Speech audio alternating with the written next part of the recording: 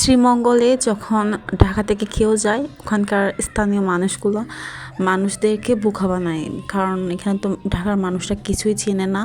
তো নানা রকম জায়গায় নিয়ে যায় যেগুলো অনেক ভিতরে। যাওয়ার পর আমার মনে হয় কি জায়গাগুলোতে আসলে আসাটা ওয়ার্থ ইট না, কারণ এত জার্নি করে এমন একটা জায়গা আসার কোনো মানে হয় না।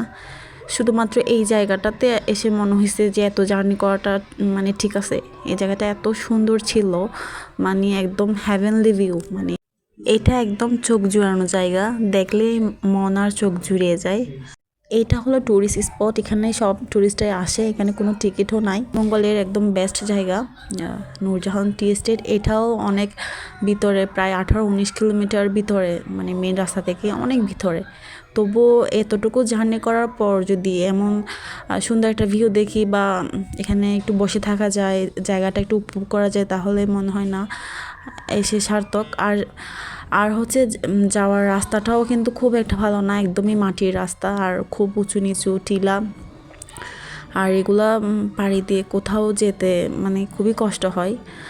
আর এটা এখানে এসে খুব ভালো লাগছে, মানে এই জায়গাটা দেখতে পেরে খুবই ভালো লাগছে। আর বাকি 4-5টা জায়গায় নিয়ে গেছে, যেগুলো দেখে মনে হলো এত ভিতরে নিয়ে এসে এত কষ্ট করে এত হেঁটে, মানে এই ভিউগুলো আসলে আমার মানে তেমন একটা ভালো লাগে নাই। কিন্তু এই টি এস্টেটটা খুবই সুন্দর। আর এখানে যাওয়ার রাস্তাটাও খুব সুন্দর, একদম মাটির রাস্তা দিয়ে যাওয়া হয়।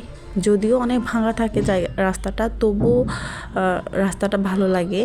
আর দুই পাশেই তো আছে পুরা শ্রীমঙ্গল জুড়েই চা বাগান। সব মিলে শ্রীমঙ্গলে আসলে আমি মনে করি জাস্ট অন্য কোনো কিছু না দেখে নূরজাহান টি এস্টেটে আসাটাই বেটার।